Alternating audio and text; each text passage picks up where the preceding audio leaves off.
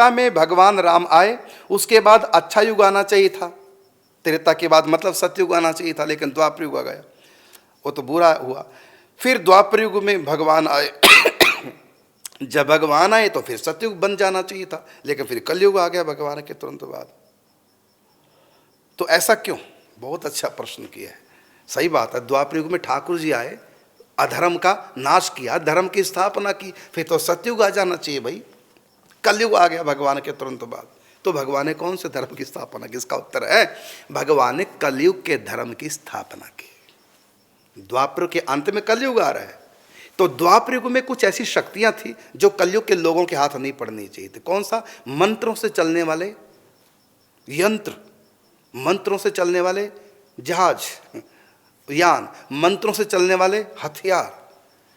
तो ये विद्या कलयुग के लोगों तक नहीं पहुंचनी चाहिए। कलयुग का धर्म अलग है, द्वापर युग का धर्म। तो भगवान ने धर्म की स्थापना की। कौन से धर्म की स्थापना की? कलयुग के धर्म की स्थापना की। तो उस विद्या को समाप्त कराना है। तो कैसे विद्या समाप्त होगी? विद्या के जानकार हैं वही समाप्त हो जाए, विद्या समाप्त हो जाएगी। क्योंकि विद्या समाप्त कर दी, जानकार यदि हैं वो दोबारा से प्रकट हो जाएगी। तो भगवान ने क्या किया? ऐसे जो विद्या वाले थे, जिनके पास मंत्रों से यंत्र चलने वाली कलाएं थी, तो वो क्या किया भगवान ने? उन सबको महाभारत युद्ध के बहाने इकट्ठा कर दिया और आपस में लड़वा करके खत्म। तो भगवान के परिवार में भी ऐसे थे, तो भगवान ने फिर क्या किया? अपने जाने से पहले उन सबको, यदुवंशियों को इकट्ठा किया और प्रभाग क्षेत्र में सबको परस्पर लड़ा करके मरवा दिया। किस लिए? क्योंकि ये विद्या कलयुग में ना पहुंच जाए। तो कलयुग में धर्म की स्थापना कैसे? तो भगवान ने क्या किया? द्वापर युग के अंत में आए और कलयुग की शुरुआत में तो क्या किया भगवान ने? कलयुग के धर्म की स्थापना की है। कलयुग को कि क्या रूल है, क्या कानून उसमें बांधा, और वैसे ही माहौल भगवान ने कलयुग के लोगों के लिए बना के दे दिया। और फिर क्या किया साथ में भगवान ने? गीता दी। कलयुग के प्रारंभ में, द्वापर युग के अंत, अर्थात द्वापर युग तक ये विद्या थी, लेकिन अब लिखित रूप में देनी। लोगों के पास ऐसी मेमोरी नहीं है, मेधा इतनी नहीं है लोगों की, तो वेद व्यास जी के माध्यम से ग्रंथों की रचना कर डाले। क्योंकि अब लोगों की मेमोरी इतनी नहीं रही है, अब तो लोग पढ़ पढ़ के याद नहीं करेंगे, भूल जाएंगे, तो फिर ग्रंथों में लिपिबद्ध करा दिया। ये कलयुग का धर्म है।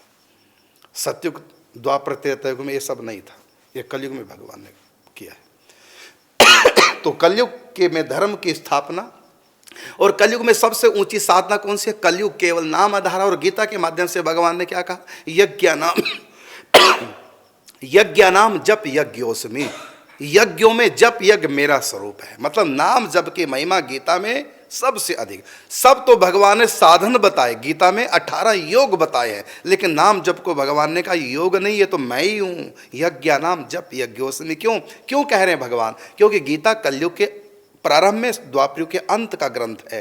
तो भगवान ने यज्ञानाम जप यज्ञोस्मि कह करके कलयुग में नाम जप की स्थापना की कि मुझको प्राप्त करने का जरिया है नाम। नाम मैं ही हूं। जिसने नाम का आश्रय ले लिया, मेरा आश्रय ले लिया। जो नाम जप करते मर गया तो समझो मैं उसको मिल गया। नाम और नामी में कोई अंतर नहीं। जियो तो नाम के संग, मरो तो नाम के संग। सब काम करते हुए नाम जप का अभ्यास करो। तो ये गीता में भगवान ने कलयुग की विशेष साधना यज्ञ नाम जप यज्ञोस्मि कह करके प्रकट कर दी। फिर और संतों के द्वारा इसका फिर विस्तार कराया भगवान ने। तो ये है, आपने पूछा तो राम जी ने कौन से धर्म की स्थापना की है? द्वापर युग धर्म की स्थापना राम जी करते हैं, और कलयुग के धर्म की स्थापना भगवान श्री कृष्ण करते हैं। तो इन्होंने धर्म की स्थापना की।